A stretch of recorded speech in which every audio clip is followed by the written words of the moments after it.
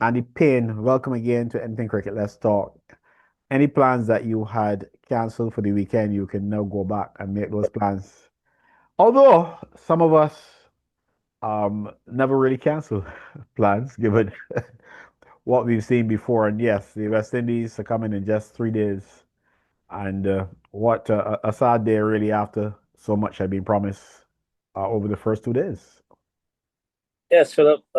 Thanks for having me again to, complete what would have been a test match of a lot of ups and downs, so to speak. But the first 2 days, like you said, the West Indies were very much in the balance. But just bear in mind that a test match isn't 2 days. What was good about it is that they managed to get 20 Australian wickets. So if that, they would have put themselves in a chance to at least come close or winning the test match, but that wasn't to be at the end. They lost by 159 runs and just going down just over one session in the final in their second innings. The sad thing about it is that to some of us, I think when I actually suggested that around 10 past three, some of my colleagues started looking at their watches and they didn't say a whole lot, but I figured if they thought that I was probably having a moment or something or trying to be funny. But, it is really a reality that the West Indies team has some serious batting issues. And I didn't see a whole lot in the first innings to suggest to me that they were solved. On top of that, I am well aware of the psychological aspects of anything in life, and that includes sport. And what has happened over the past 2 days, especially on the second day, I think is enough to put off anyone. And when you combine those factors with you're not only playing against the Australians, a very good team, but you've got some very, well, if I want to be kind, and you know I like to be kind, Andy, if you have some very poor officials, particularly the third umpire. I felt it would have been a challenge for the West Indies team to make much headway in the second innings. Yeah, and I agree with that somewhat. Yesterday's proceedings, obviously, it would have taken away a lot of the advantage that the West Indies would have had, those dismissals. So obviously, it would have played on their mind. And like you said, the unhappiness in the camp was proven when Coach Darren Sammy came to that press conference. So yes, psychologically, you can see that they were a bit, I don't want to say damaged, but they felt a bit on the other side of the coin, so to speak, where they felt like they were on the receiving end of bad decisions. And psychologically, like I said, that can play a part. So mentally, I don't think they were as prepared or as strong with the decision makings, and obviously they were that confident, chasing, not knowing or probably hoping that things wouldn't go on as they did in their first innings. Well, I don't know who benefited from those obvious errors. There's a lot at stake nowadays in sport, but I really hope that to maintain the integrity of the series, that the powers that be decide to remove Mr. Holdstock from the officiating panel for the remainder of the series. I think the integrity of the series needs to be maintained, and I can't see it being maintained as long as he continues to be there. And if you recall, the coach yesterday suggested that they'd seen this sort of behavior before in the series in England. Yeah, so it was have a bitter taste in the most, really, especially if Adrian Holdstock remains. Obviously, they would feel like they're a bit deprived of that fairness that you spoke of. So it leaves it up to the ICC and the planning committee to see if they will continue with Adrian Holdstock on the panel for the remainder of this series. Obviously, Darren Sammy said he had spoken to the match referee, so I'd be interested to see if we, the public, would hear anything on a report coming out of that meeting that he would have had, and get some more information, because obviously, like you said, most of the decisions in that first match would have gone very much against the West Indies yesterday. And I'm pretty sure Roston Chase, he would have spoken about it in the press conference as well this afternoon. He did, he did. Though, however, I mean, I don't want to come across as that being used as an excuse. So certainly Ross and Chase didn't use it as an excuse, but it was a factor. I mean, if you've played any sport, if you're in a situation where you're not comfortable and you're suspicious of the officiating, it must affect you. That being said, we know that the West Indies has batting issues quite outside of that, and it makes things even worse. It complicates things further when you look at a suspect batting side and they experience that type of thing, it makes it even worse. So they've got something to work on in terms of the batting. The captain, he suggested as at the press conference that it's a bit early to talk about making changes. These are some guys now, let's say, coming into the fray as a team, and you would want to give them an opportunity to settle and see what they can do. I'm all in support of that. I don't think changing is going to do a whole lot. One would have to wonder though if Craig Brathwaite would still be there for his 100th match, or if his 100th match would be his last, because the Craig Brathwaite we saw in this match was nothing like the Craig Brathwaite that scored somewhat 12 test centuries or so. Yeah, would agree. He seems a bit like low on confidence, Craig.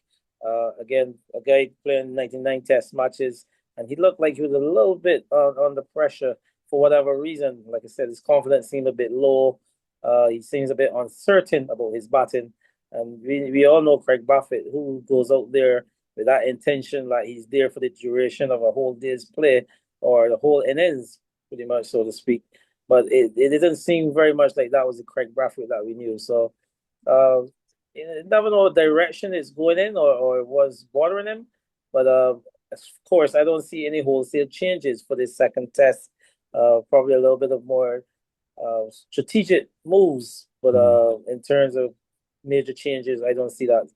But yeah, Craig did look a little bit like he was under a bit of pressure going into this game.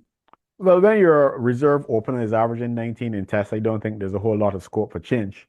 I don't see Mikel Louis coming in for anyone as strengthening the team. And you've already got a challenge because the number three batsman is averaging what, like 17 in tests. So you've got some batting problems there. And Chase and Hope coming back into the side after an extended period away. Well, it remains to be seen how they perform and how well they take to get back to their peak potential, if you will. They certainly show the application and discipline and all the positives necessary in this particular game. And I guess we can only hope that they continue with that and that some of the other players follow suit. And they surely did, Chase and Hawk in particular. But Philip, like we've played cricket over time, and it kind of break down the game. And if you look at what happened to the in this innings in particular, you saw you losing the early wicket, Craig going in the first over, and then there's pressure all the way down. I think they will want to have an opening partnership that allows the middle order to be in a bit more comfortable position where they can see the new ball off, know that you're batting in the positions where the opening bowlers are coming into a second spell as opposed to them being fresh and being able to exploit that middle order too early. We got bowled out in some 30 odd overs this afternoon, so which meant like your middle at the top order, they're batting in the first 5 overs, 6 overs, losing wickets. That's always going to be a big ask for anyone coming into the lower to middle order. But yes, yesterday I thought both Craig and Shea, they look the part. They look like they're up to it. But coming in this afternoon, it was all pressure. And that's, like I said, they came in when the bowling was really on top, and it was still a new hard ball, and the bowlers had the tail up. I think John Campbell may need to count himself fortunate to have a second bite at it, really, after being out of the game for quite a while. And I would like to see him, put a higher price on his wicket. Yeah, and that's one people in the stands in and around the ground this afternoon. They think that John really set up the game in the Australians' favor with his mode of dismissal. And at that time, they thought that the game was going along pretty merrily with 40 odd for the loss of one. Surely a new bowler was about to come in, and he just kind of surrender or give his wicket away. Pretty much that was what he did. But yeah, you gotta put a real price on that wicket. Remember, it's a test match. We had some 2 days to bat, a one whole day and another session to go. So that mode of dismissal, I don't think it was merited, and he really, really let the Australians in with his dismissal. There are those who would say that he played the stroke before and got 4 runs, but I'll tell you, Andy, when I saw when he did it the first time and got four, I almost jumped out of my seat. I had to look quickly at the replay, could not believe it. So I'm not one of those people who would say, well, okay, it was good because it came off, and then it doesn't come off, and I crucify. nonsense is nonsense. And you may do nonsense and get away with it. But if you do nonsense often enough, you'll catch it with you. And I thought from the start that it wasn't really necessary to play a shot like that. In cricket, there are high risk shots and there are low risk shots. You know this. And in a situation where the team really needs, where's a crisis, I would think common sense would tell you that you would play low risk shots. And you're not a Brian Lara, you're not a Kohli, you're not a Tendulkar. You're a John Campbell who's barely averaging 30 in first class and test cricket. You know, you got to show some responsibility and humble yourself a bit.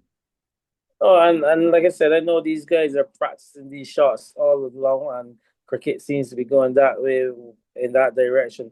But you still need to be mindful of the situation. You need to be match aware, know what's required at the timing of the game. You need to put that price on your wicket based on the situation. So situation awareness needs to come into play. Yes, you can get out to a good delivery, but I don't think you want to go give me your hand away in that regard because at the end of the day, I think today's session was just about getting through this afternoon and coming back tomorrow and see how it goes from there. So losing your opening partner, I thought he would be in a better position to assess what was happening there and just wanted to get through this afternoon's play. So those type of shots were a bit I don't think they were called for this afternoon, but I know he might have them in his locker.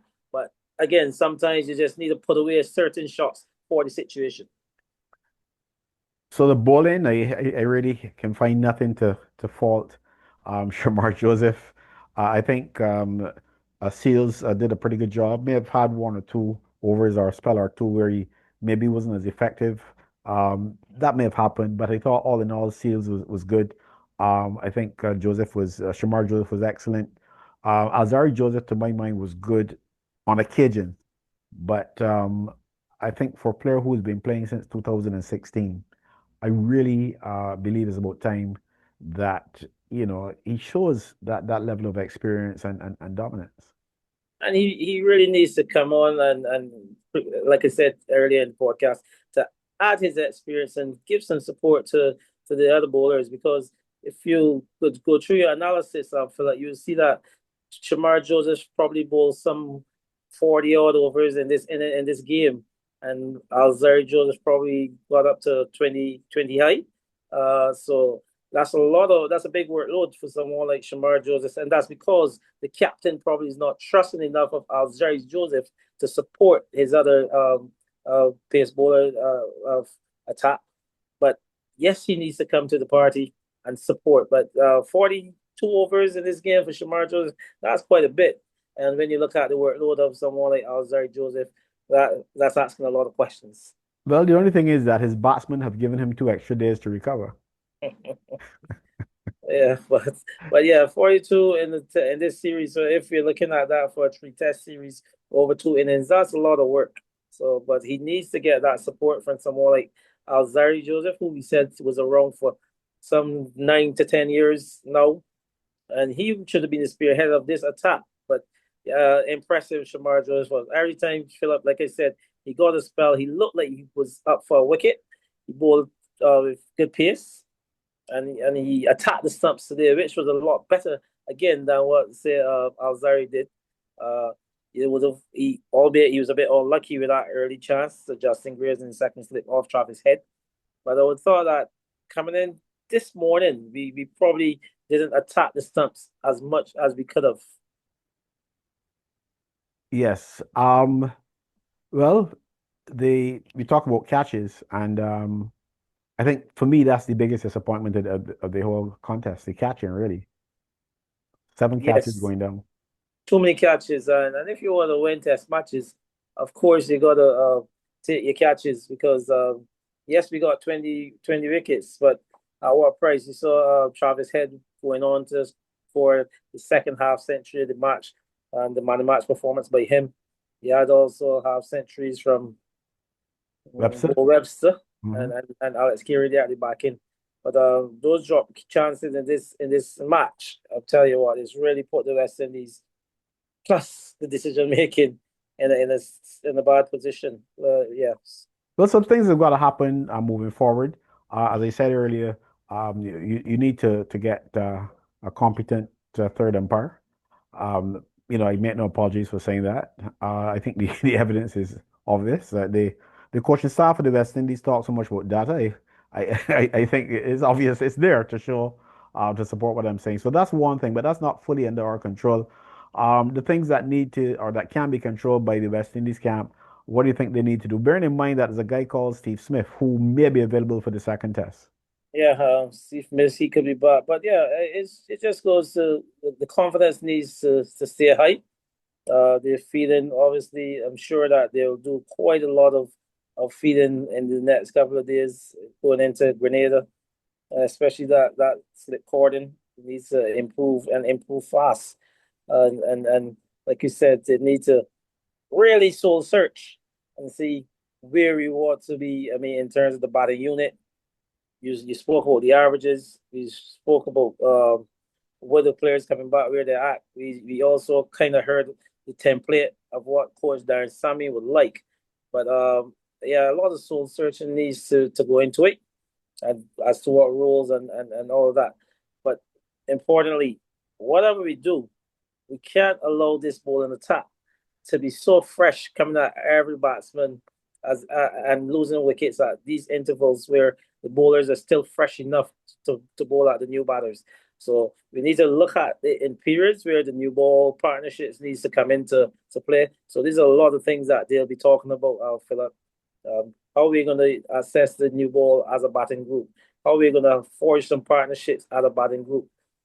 How many overs we want to bat as a batting group? What run rate we want to go at as a batting group? And who's going to be the man to really absorb the pressure? Because this afternoon, obviously, we didn't see anyone really absorb that pressure. Shea Holt, he batted some 21 balls for 2 runs. You could see the pressure mounting on him from Josh Hazelwood. And eventually, he got a delivery there that, is had his name with him all over it. But again, it wasn't like he was surely there to absorb the pressure. So we need a batter who needs to show us, and it probably got to be one of the top three who's in a position to absorb that type of pressure and turn the pressure back on the Aussies. Well, there's always Joseph. Well, he showed you at the back end that he can really get the ball out to the park, and he really enjoy himself. That's not this afternoon. So, and again, history showing that he's got a good game against the Australians. So again, there's a confident young man who's feel that he's good enough to turn the pressure back over to the Aussies, unlike any of the others who, like you said, just succumb to it. As someone said, one of my associates said earlier today, he doesn't realize how well he can bat. And I think maybe when he does recognize that and he, let's say, is a little bit more selective, because clearly he has excellent hand coordination. And if he does work on his batting and take it a bit more seriously, I think he's a player who could be useful on a regular basis down in the middle order, in the lower order, sorry. Lower the middle. But we've Yeah. seen that with quite a few of our lower the middle order batters. But what's happening, Philip, is that the situations where they're going to bat. So Mm.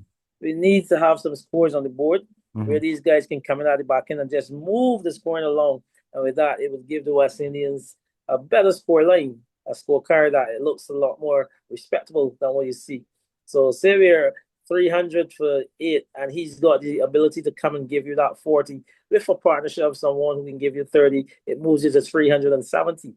But here we are at 80 for 8. Really, you know, He can't it's move you far enough ahead to make a difference. to make Yeah. the scorecard looks good. Yeah. Yeah. Well, Andy, I don't think there's a whole lot more we can say. We can probably just grieve and look forward to something better in the second test match starting next week. And who knows, we may very well be able to create a bit more competition for the Aussies. Congrats to them. They played some good cricket under difficult conditions for both teams. And you really can't blame them for the mistakes and um, the incompetence of the officials. So Yeah. congratulations to the Aussies. And well, the West Indies, they will know what they have to work on. Yeah. Again, congrats to the Aussies. They continue to show that they're a strong unit. They got the know-how. They're number one in the world, and that's not just by fluke. They just capture those moments, those sessions when it matters. Like you said, they put the West Indies under tremendous pressure this afternoon, and we just succumbed to it. You saw that they were clear with the planning. They were attacking the stumps. They were very clear on how they want the mode of dismissals. and we just didn't have the answer for that kind of bowling attack. But all in all, I'd say it's a 3-test series. Surely we got a lot to go back for. Positives is that we would have gotten 20 wickets in this test.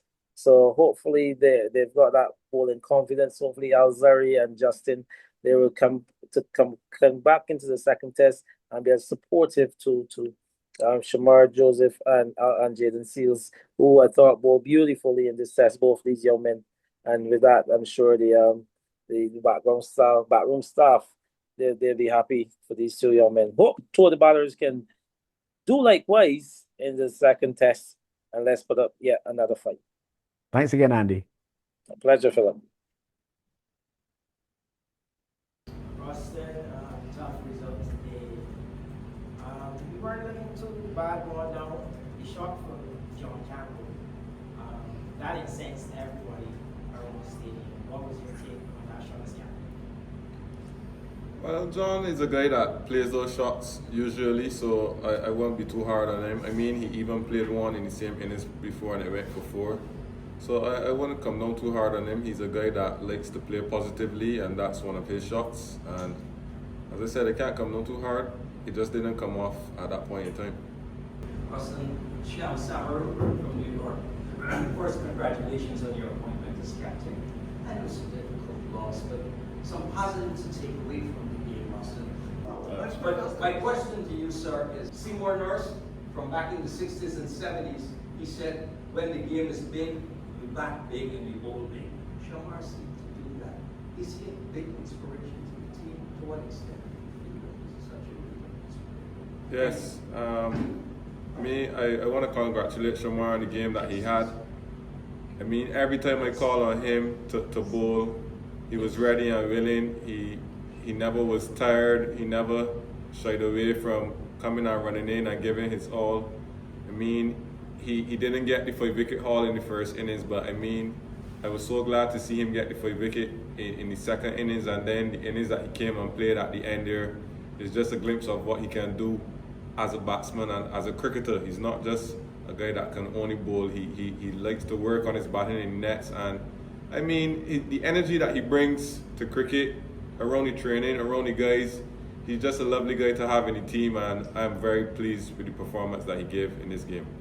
Were there moments in the game where you thought you were close to Australia, and is therefore the margin of the result a bit frustrating for you?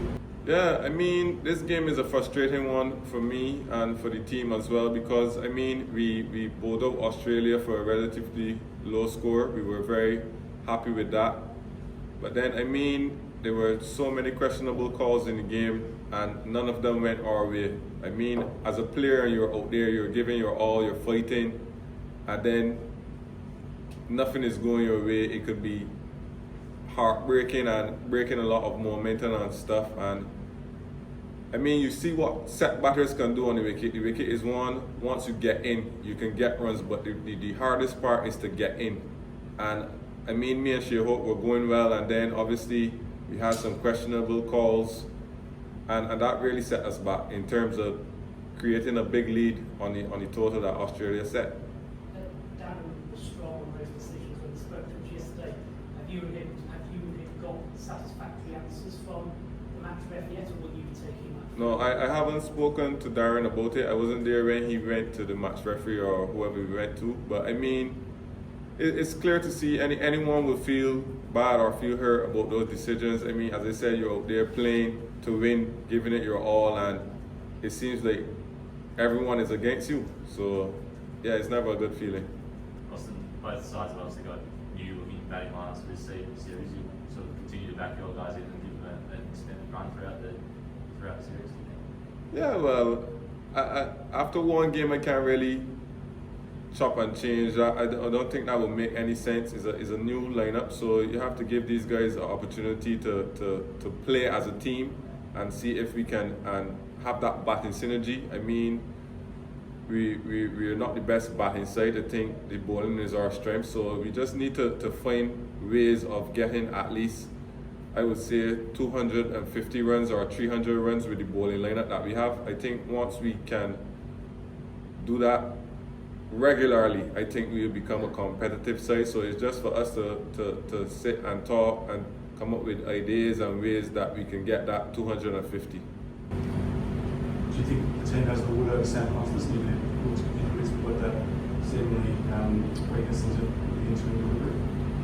Well, I wouldn't say we have anything over him. I just mean every batsman that comes out there, we know what are their weaknesses and we try to exploit them to the best of our abilities. We have our plans for each and every batsman. So I just think that our bowlers got the better of him and Shamar had an outstanding spell and game. So kudos to Shamar.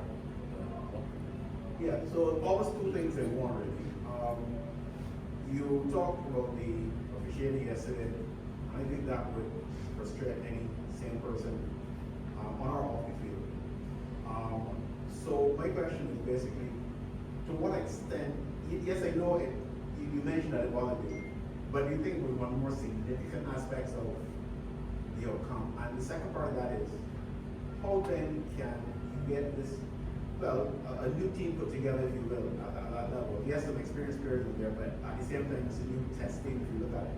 How do you get those guys to overcome that and be in the right frame of mind for the second test?